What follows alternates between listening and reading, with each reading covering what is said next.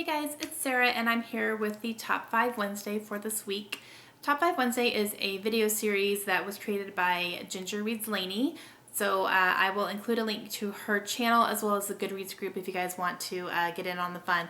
But every Wednesday we talk about our top 5 favorite things in a certain category or our top 5 not so favorite things in a category, and it's a lot of fun. So this week we are talking about top 5 books to read by the fire because it's cold.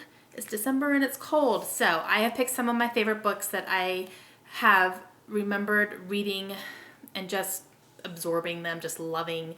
I could sit for hours by a fire and read them. So the first one is To Kill a Mockingbird by Harper Lee. I just recently read this book over the summer and it is one of the best books I've ever read. It is probably one of the most popular books as well. This follows a young girl in the, I want to say 40s, in the deep south in Alabama, and her father is a lawyer who ends up defending an African American man who is accused of rape. And in the deep south, African Americans were still kind of considered second-class citizens. So it follows that. This book is so good. I loved just taking my time with it and absorbing it. A couple parts it was hard to get through just because of the content of it.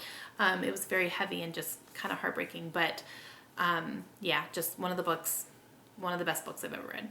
Second book I'm going to talk about needs no introduction. Harry Potter, all of them.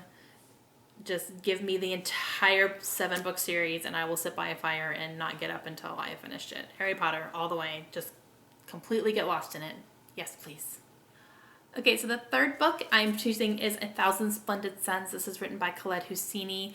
I would read any of his books by a fire. The reason I love his books so much is because they are so beautifully written.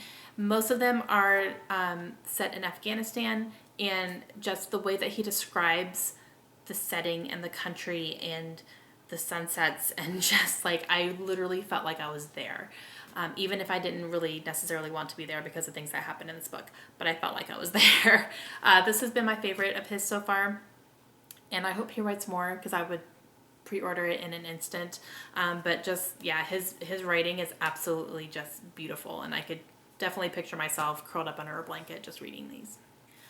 Okay, the fourth book I'm going to talk about is called The Art of Racing in the Rain. This is written by Garth Stein. This book is about a dog who has an owner who comes down with a brain tumor, and you're reading this from the dog's perspective. You're reading what's happening around him, and he's watching everything happen. You see that he senses that his owner has brain cancer, and you kind of go through this whole journey through the dog's perspective. It was so interesting. Oh my gosh, I thought that was so cool. I've never read a book like that before, and it completely broke my heart. This book made me cry. It made me cry. So yeah, so read it by the fire, but make sure you have some tissues with you. This last book I'm going to talk about is 11/22/63. This was written by Stephen King. This book is actually a time travel book, and it is about a man who travels back in time to try to figure out if he needs to stop the assassination of JFK. So he actually figures out that he can time travel back to this time. He meets Lee Harvey Oswald and has to make that decision. Do I change history or do I let it play out? This book was very long, but oh my gosh, it just had me I was walking around the house with this book like this while I was doing things because I did not want to put it down. It was so good. And yeah, you could easily get lost in that book and just sit for hours and read it.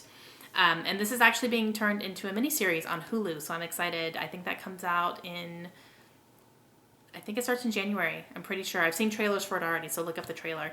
But yeah, I'm very excited to watch that because this book was really, really good. All right, that's it for me. So those were my top 5 books to read by the fire. Please leave me a comment and let me know what books you like to snuggle up with and read on a very cold and rainy season. Okay, I will see you guys again soon. I hope you have a great day. Bye.